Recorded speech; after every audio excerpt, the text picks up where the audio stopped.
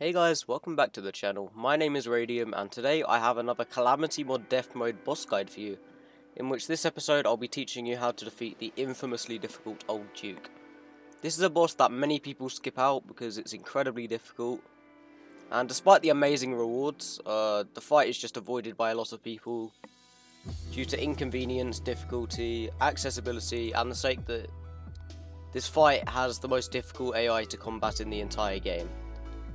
It's an incredibly fun fight regardless though, and so today I'm going to be teaching you how to defeat it with relative ease. I put quotations on ease because no matter what, this fight is going to be a nightmare for you. With that said though, let's get into the items required. The armor you're going to want to use for this fight is definitely the Blood Flare armor. It gives great stat increases, increased life regeneration, and is the best armor to use in terms of survivability and DPS. Omega Blue is potentially another option if you absolutely hate yourself, but I would not use it in my opinion as it nullifies life regeneration on your part.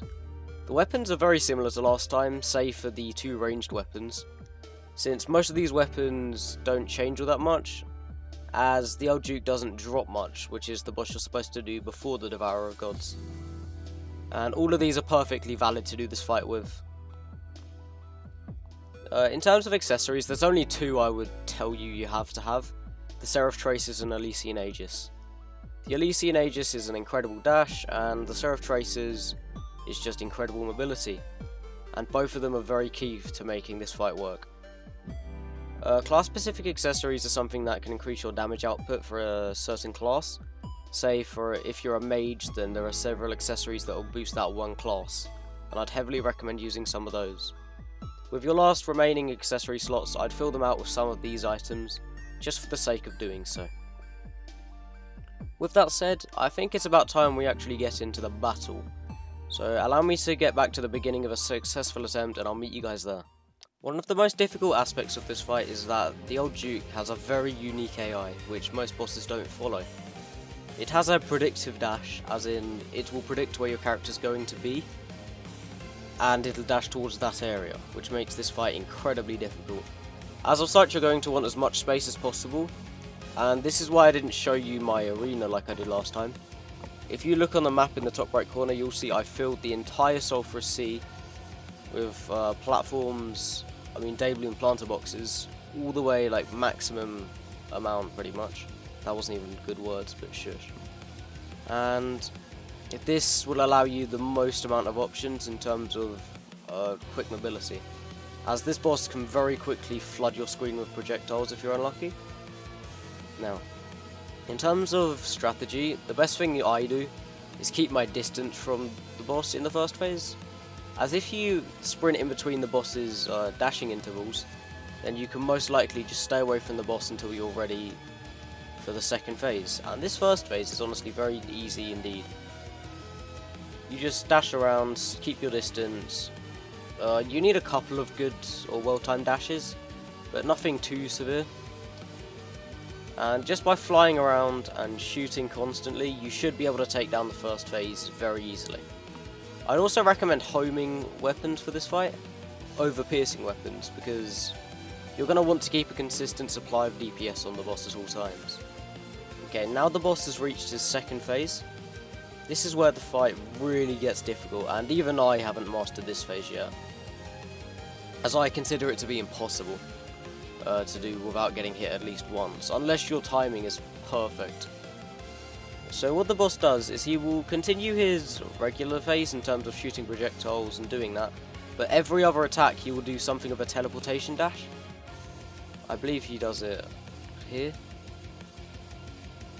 Nah, he doesn't, but what happens is he teleports to one side of your screen and does a very predictive dash that will allow him to most likely hit you unless your movement is perfect.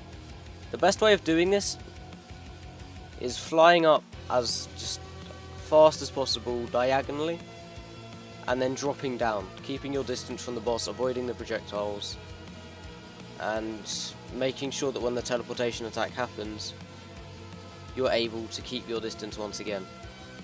Because the main key of this fight is generating that distance between you and the boss. That's the main thing that matters here.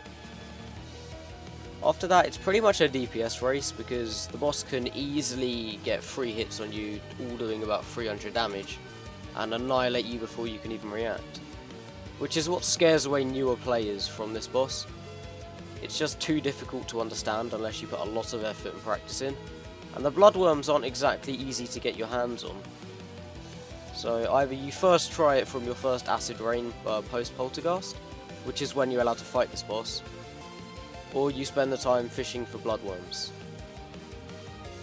Regardless, it is a very enjoyable, slightly unfair fight, and I'd recommend Calamity's development team to revamp it slightly, just because that predictive AI is so strong, and there's a lot of cases where you just cannot do anything against it. But what can you do? It's great fun, and when you beat it, it's the most rewarding feeling in the world. I'm sorry if this guide hasn't been too precise in terms of strategy, but a lot of people have requested this, and quite frankly I don't have the ability to do in-depth guide videos like Gungnir, Leviathan, Crabbar can do, just because I don't have a good enough editing software yet.